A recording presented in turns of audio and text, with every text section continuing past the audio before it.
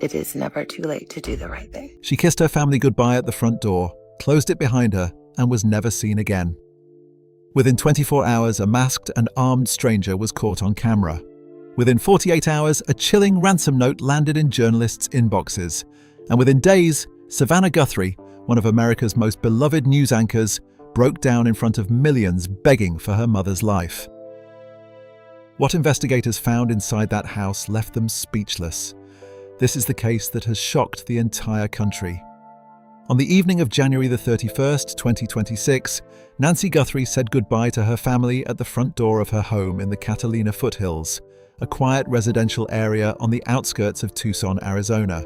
She was 84 years old. She had lived in that house for 51 years. It was the same home where she had raised 3 children, buried her husband, and watched her youngest daughter grow up to become one of the most recognized faces in American television. That evening, as her family drove away and the door closed behind her, no one had any reason to think it would be the last time they would see her standing there. Nancy had lived in that house since the early 1970s. It was a burnt adobe property, the kind of home that becomes less of a building and more of a fixture over time, something people in the neighbourhood simply know has always been there.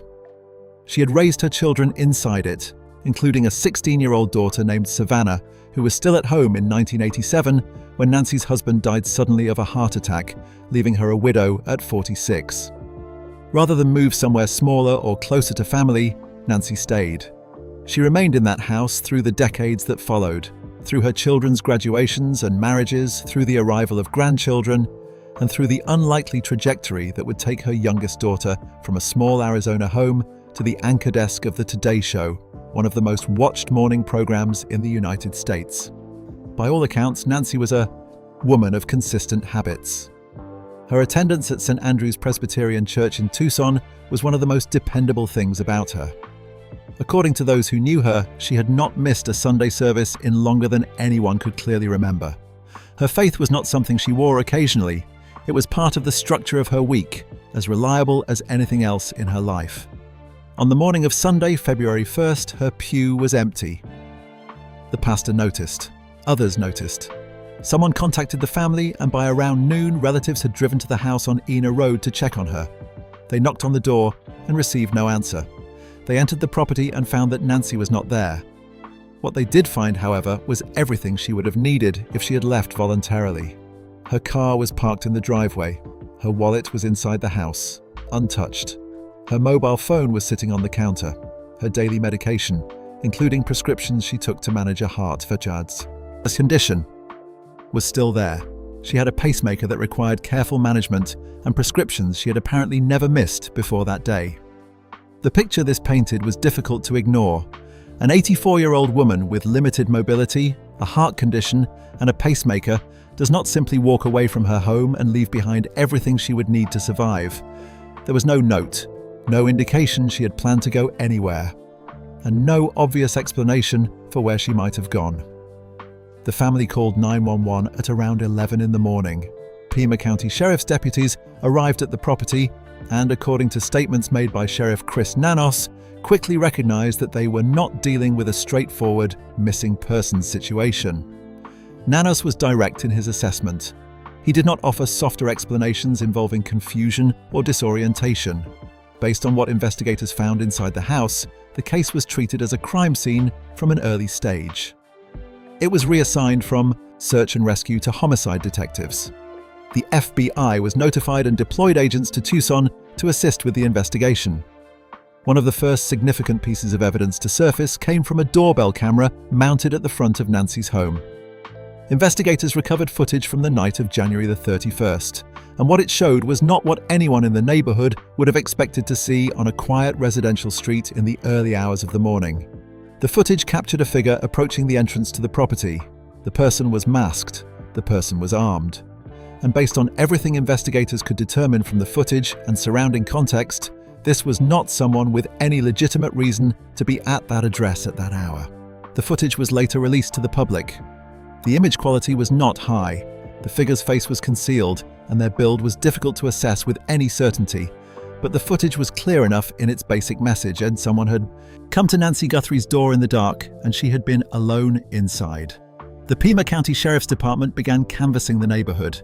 Officers went door to door, asking residents whether they had seen or heard anything unusual on the night Nancy disappeared. Had anyone noticed vehicles parked where they did not belong? Has anyone heard sounds that stood out against the usual quiet of the street? The area was residential and calm. Unusual activity would, in theory, have been noticeable. In practice, however, the answers were largely the same. No one had seen anything. No one had heard anything.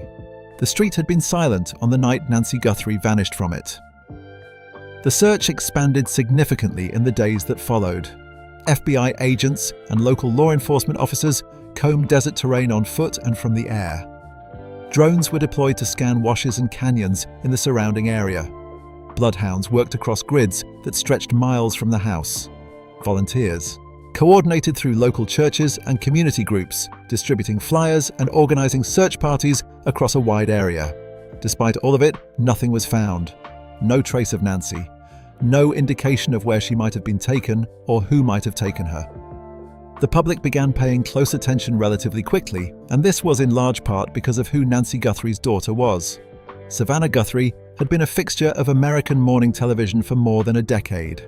She had interviewed sitting presidents and covered major national events with the kind of steady, composed presence that viewers tend to associate with reliability. She had shared personal moments on air over the years, including her pregnancies and her experience with infertility. She had cried openly during an interview with a mother whose child was killed in the Sandy Hook school shooting.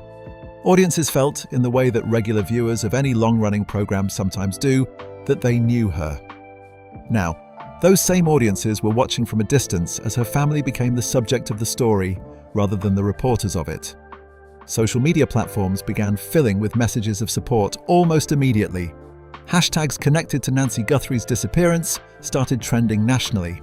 People who had never been to Tucson and had no personal connection to the family were following developments hour by hour, waiting to hear that an elderly woman had been found and brought home safely. That update did not come.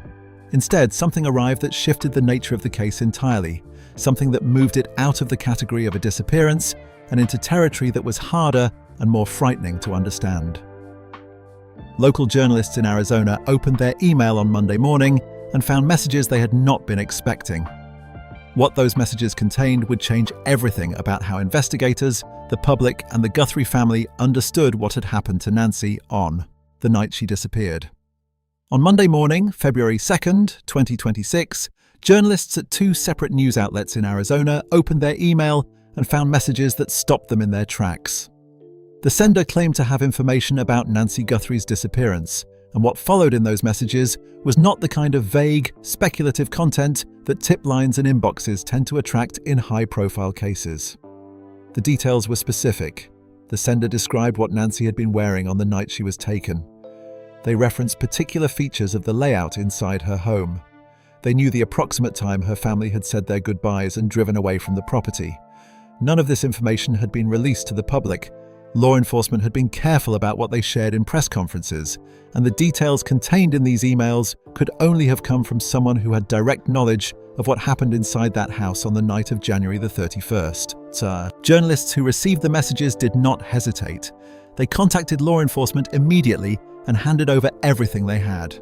A second communication was later sent directly to the Pima County Sheriff's Department, routed through a different encrypted server, but carrying what investigators described as the same digital fingerprints as the earlier messages.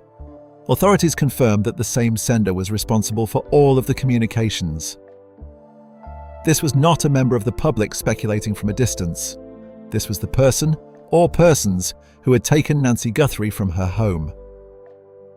The ransom demand was specific and carefully put together. The figure was $6 million. It was not to be paid in cash, and it was not to be transferred through any conventional banking system that would generate a traceable record. The demand was for Bitcoin, a form of cryptocurrency that can move across international borders without passing through banks or financial regulators. Bitcoin can be stored in anonymous digital wallets and transferred anywhere in the world without leaving the kind of paper trail that traditional financial transactions produce.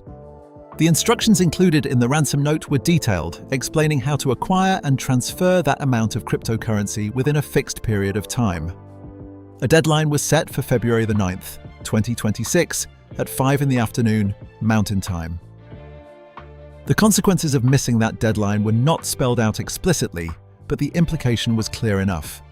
The threat was real, and the clock had started running. The Guthrie family was now operating under conditions that very few people ever have to face. They had a missing elderly relative, a ransom demand, a deadline, and no way of knowing whether Nancy was safe, whether she was being treated humanely, or whether she was even still alive. They began the process of raising $6 million in Bitcoin, working against a timeline set by people they had never met and could not identify for reasons that remained unclear. The family did not speak publicly about the specifics of how they were raising the money, but they made clear in the days that followed that they were taking the demand seriously and were preparing to meet it. On Wednesday, February the 4th, Savannah Guthrie returned to Tucson. She stood in front of a camera alongside her brother Cameron and her sister Annie. There was no anchor desk, no teleprompter, no production crew managing lighting and sound for a polished broadcast. There was a single sheet of paper, her siblings on either side of her, and a camera pointed in her direction. She spoke directly to the person who had taken her mother.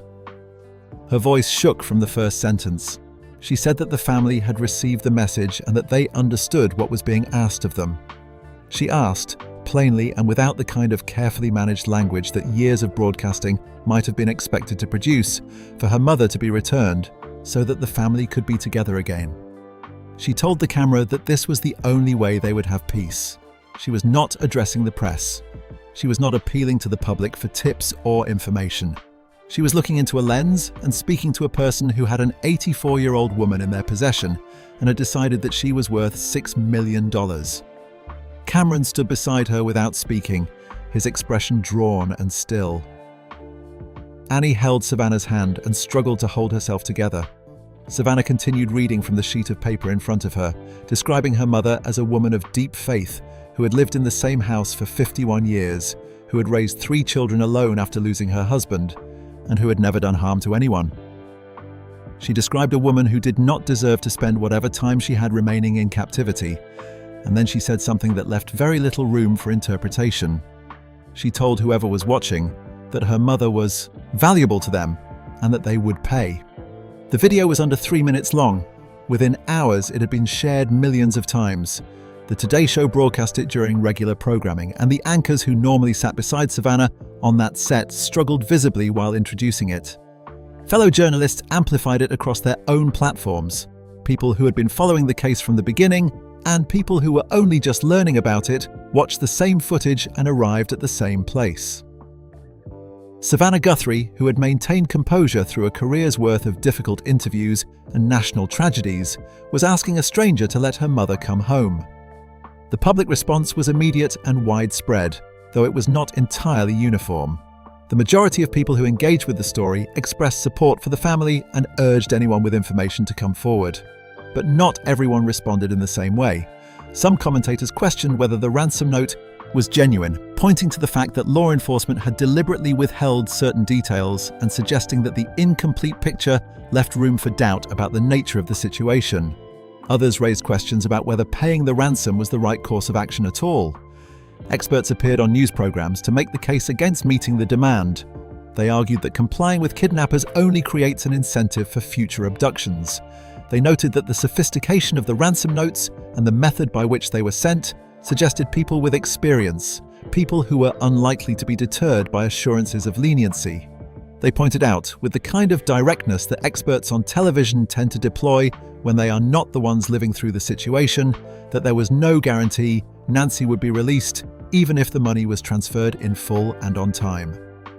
The Guthrie family did not engage with any of this. They had made their decision. They were raising the money, they were preparing to make the transfer, and they were waiting for further instructions on how and where to deliver it. Whatever the risks and whatever the precedent, they were not interested in the debate. They wanted their mother back. While the family waited, investigators were working along a separate track.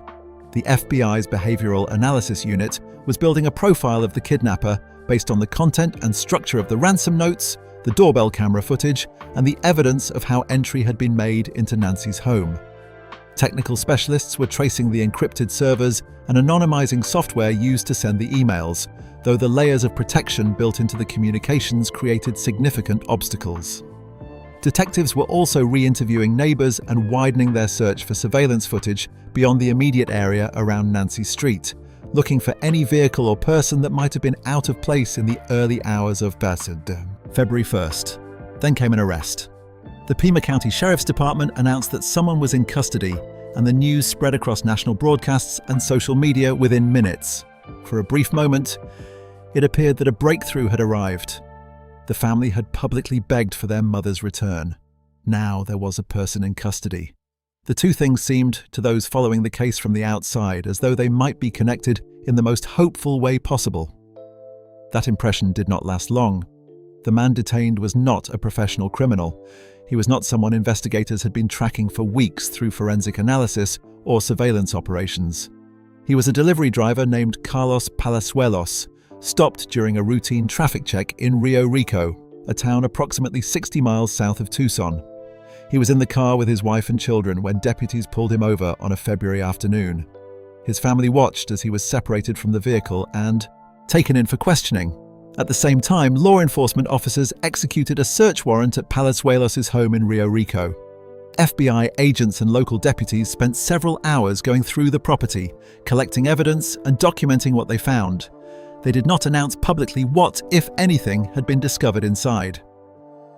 They questioned Palazuelos about his work as a delivery driver and whether his routes had ever taken him to the Catalina Foothills neighbourhood where Nancy Guthrie lived. They asked whether he had ever delivered packages to her address or had any reason to be familiar with her home. He told investigators he did not recognize her name. He said he did not recall ever visiting that street. He denied any involvement in the kidnapping and said he had no idea who Savannah Guthrie or her mother were before he found himself sitting across from detectives in a detention facility in southern Arizona. After several hours of questioning, Palazuelos was released, without charges. The Sheriff's Department confirmed in a brief statement that he had been detained for questioning only and was not considered a suspect. The search had been completed, the questioning had concluded, and there was not sufficient evidence to hold him. He walked out and returned to his family. Outside his home, Palazuelos spoke to reporters. He said he was innocent and had done nothing wrong. He said he hoped investigators would find the person actually responsible for Nancy Guthrie's disappearance. He looked, by all accounts, like a man who had been pulled without warning into the middle of a national news story he had no part in and wanted nothing more than to return to the life he had been living before his car was pulled over on a quiet afternoon in Rio Rico. The questions his brief detention raised were ones the Sheriff's Department declined to answer publicly. If he was not a suspect, what had led investigators to him? What had been found, if anything, during the search of his home? The investigation was ongoing, authorities said, and they would not be providing further details. The case moved on, and the deadline continued to approach. When the Pima County Sheriff's Department released the doorbell camera footage to the public, it was picked up by every major news network within hours. Local stations in Tucson broadcast it during their evening coverage. National outlets played it repeatedly throughout the day and into the night. The image was not sharp. The figure's face was hidden behind a mask, and their build was difficult to assess with any confidence. But the public watched it anyway, and many of them became convinced they recognized someone. Within the first 24 hours after the footage was released, the Pima County Sheriff's Department reported receiving more than 2,000 tips. Phone lines that had been set up for the investigation were overwhelmed almost immediately. Online submission forms filled with reports from people across the country who were certain they had seen the masked figure somewhere. At a gas station, outside a grocery store, at a highway rest stop, along a road leading away from the Catalina Foothills. Some callers described vehicles they had noticed parked near Nancy's neighbourhood in the days before she disappeared. Others reported individuals they had found suspicious in their own communities, sometimes with no apparent connection to Tucson or to anything related to the case. Investigators divided the incoming information into categories. Tips that contained specific, verifiable details were escalated for follow-up. Those that were vague or offered little more than a general impression were logged but set aside. A significant number were clearly without value. Some were bizarre. Among the stranger submissions was an email sent to several local media outlets in which the sender claimed to have direct knowledge of the kidnapper's identity and offered to share that information in exchange for 1 Bitcoin. The message contained no verifiable evidence and referenced the abduction only in general terms. The sender offered no name, no location, and no means of confirming anything they had written. Authorities treated it as likely fraudulent. The FBI traced its origin to a server outside the United States, but the routing was complex and heavily anonymized, making it impossible to determine quickly whether the sender had any genuine connection to the case or was simply attempting to profit from the situation. Law enforcement issued a public warning, advising people not to engage with such demands and urging anyone who receives similar communications to report them immediately. Other tips placed Nancy Guthrie in locations scattered across the country.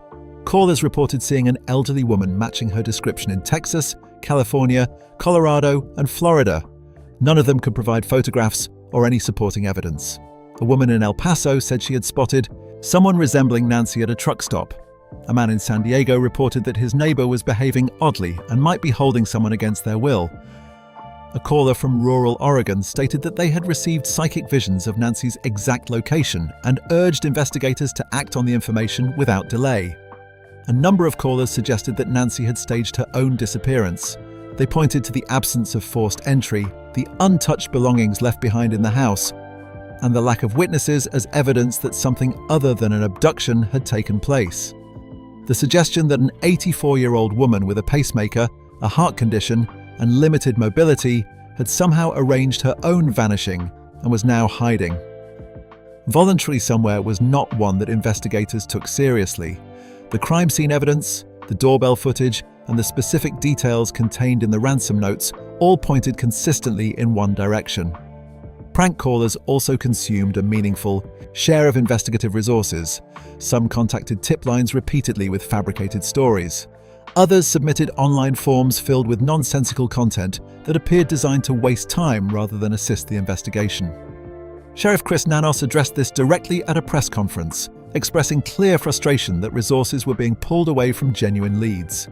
He asked the public to report only information they could stand behind and to treat the investigation with the seriousness it deserved. Despite the volume of unhelpful submissions, investigators continued working through everything that came in. Each tip was logged, reviewed, and assessed. Those that aligned with existing evidence or contained details that could be checked were followed up. Detectives conducted interviews based on credible sightings and looked into vehicles that multiple independent witnesses had reported in the same area. The FBI's Behavioral Analysis Unit continued refining its profile of the kidnapper, drawing on the ransom notes and the physical evidence recovered from Nancy's home. But the sheer volume of incoming information created its own complications. Contradictory reports sent investigators down false paths. Witnesses who were certain of what they had seen sometimes became less reliable when pressed for specifics. Useful information risked being buried somewhere beneath thousands of submissions that had no bearing on the case at all. Then February 9th arrived and passed. The deadline the kidnappers had set in their ransom note came and went without any further communication from them. No new emails, no additional instructions, no confirmation that the demand still stood or that the transfer of $6 million in Bitcoin would result in Nancy being returned safely. The Guthrie family had raised the money. They had been prepared to make the transfer. They had waited for instructions that never came. Savannah and her siblings remained in Tucson, unable to act and unwilling to leave. In a second video statement, Savannah spoke again. This time she did not appeal to the kidnappers' logic or their financial interests. She spoke to whatever basic human instinct might still be reachable in whoever was holding her mother. She explained that Nancy was 84 years old and in genuinely fragile health. Her daily medication was not optional. Her prescriptions managed chronic pain and kept her heart functioning. Her pacemaker required monitoring. Missing a single day of medication carried risks. Missing nearly 2 weeks, as had now happened, could have consequences that could not be reversed. Savannah said her mother lived in constant pain even under normal circumstances, and that without her medicine, she was suffering in ways that had nothing to do with the circumstances of her captivity. She asked the person holding her to look at Nancy not as a means to an end, but as an elderly woman who needed help and who had never done harm to anyone in her life. Outside, in the neighbourhood where Nancy had lived for more than 5 decades, her neighbours had begun doing the only thing available to them. Yellow ribbons appeared on mailboxes and porch railings, tied around tree trunks and attached to fence posts along the street. The gesture spread. People in other parts of Tucson began putting up ribbons of their own. Then further afield, photographs of yellow ribbons tied to front doors, car aerials and office windows began appearing on social media platforms across the country, accompanied by messages calling for Nancy's safe return. Vigils were held at St. Andrew's Presbyterian Church, where Nancy had worshipped every Sunday for as long as her fellow congregation members could remember. People gathered to pray and to share what they remembered about a woman they described consistently as kind, steady, and generous. As of the time this account was written, Nancy Guthrie had been missing for 2 weeks. Her medication had run out days earlier. The ransom deadline had passed. The kidnappers had not responded to either of Savannah's public appeals, had not provided any proof that Nancy was alive, and had not made contact with the family or with law enforcement to indicate whether the situation could still be resolved. The investigation remained active and ongoing, but no arrest had been made and no confirmed lead had yet produced a result. Savannah Guthrie had done everything within her reach. She had offered money. She had promised that the family would not pursue prosecution. She had described her mother's physical condition in detail and appealed directly to the person responsible to consider what they were doing to a woman in her final years. She had spoken publicly while enduring something that no amount of professional experience could have prepared her for. And then, like the yellow ribbons lining her mother's street, she waited.